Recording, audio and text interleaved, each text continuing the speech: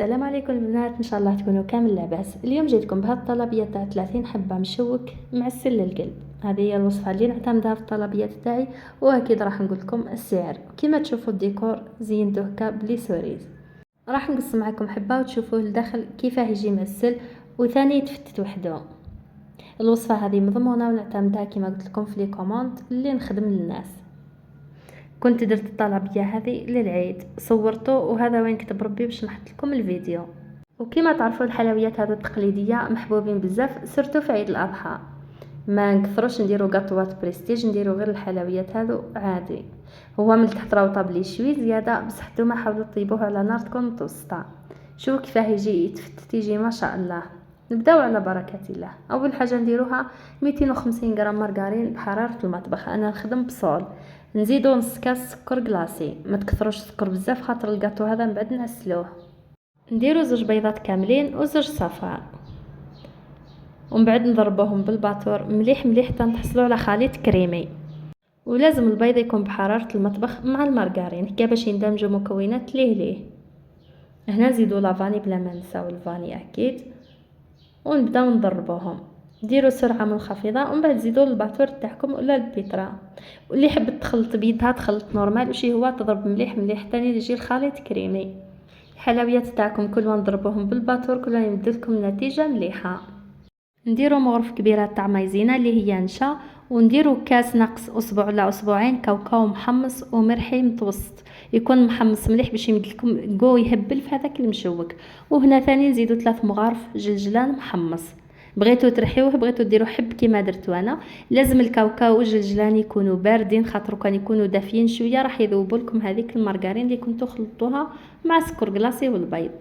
الحلويات هذو التقليديه كل ما حمصتوا المكسرات فيهم مليح كل ما يبدو لكم كو يهبل. وثاني كي طيبوهم على نار تكون متوسطه وحمروهم مليح مليح، ما تخليوهمش برك يتحرقوا.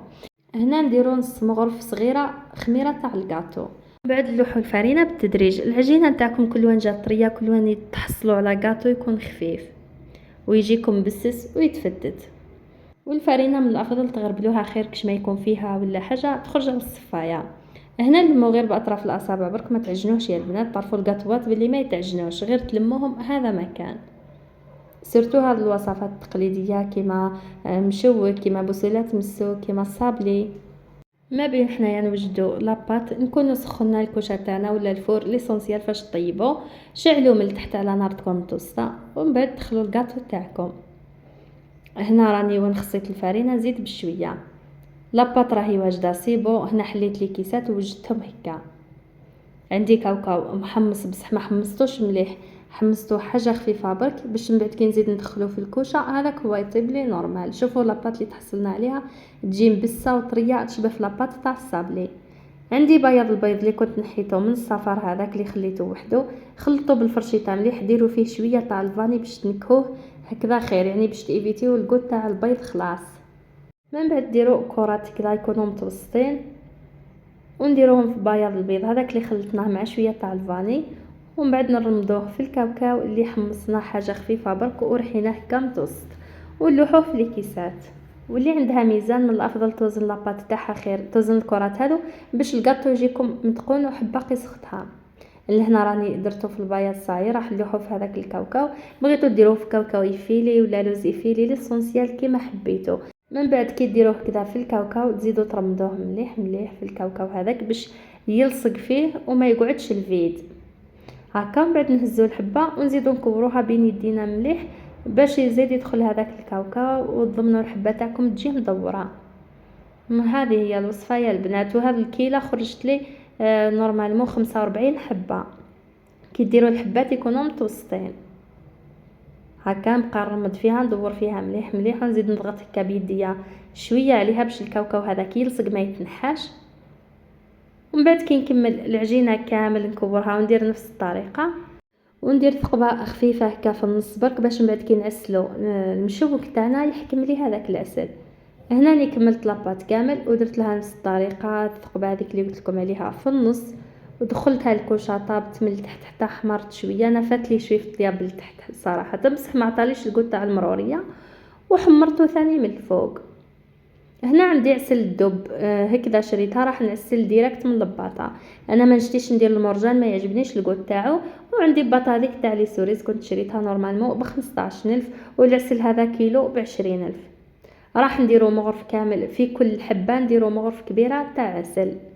ومن بعد كي يشرب زيدو نص مغرف ولا مغرف كامل كيما بغيتو نتوما الحلاوه، بغيتوه حلو بزاف ولا ناقص. من بعد كي نكملو نعسلوه كاع نخليوه يبات ليله كامل. ومن بعد زيدو ديروهم في لي كيسات واحد اخرين ودخلوهم في الباطا وتوجدوا الطلبيه تاعكم.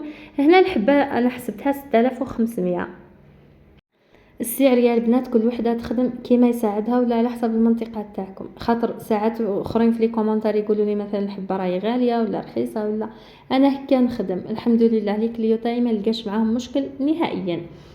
دركا كي لحت العسل الحبات تاع المشوك راح ندير هكا بالمص، نحلهم شويه باش يزيد يدخل العسل هذاك لداخل ويتعسل لكم مليح مليح. كي تكملوا تعسلوه جيبوا نص حبه تاع لي سوريز حطوها من الفوق. ومن بعد كي يشرب العسل كامل زيدوا ديروا عليه نص مغرف تاع عسل، يعني بنفس المغرف كيلوها نص وديروا عليها باش يزيد يلصق لي سوريز هذوك كامل. وكان ثاني اللي يحب يطيب المشوك في الكوشه بلي سوريز باش كي تجبدوهم تلقاهم لاصقين، بصح انا نشتي نطيبوه هكا وحده. هذا هو الديكور وهذه هي الوصفه تاعنا لنهار اليوم. ان شاء الله تستفادوا يا البنات. ما تنساوش ديروا جيم لي فيديو، تخليوا لي كومونتير مليح باش نزيد نتحفز ونتحمس وننشر لكم مزيد من الوصفات. كي تكملوا تعسلوه هكا كيما قلت لكم ديروه في لي كيسات واحد اخرين باش كي ديروه في الباطا ما تخمش. الباطا ديما تحسبوها وحدها. وفي امان الله.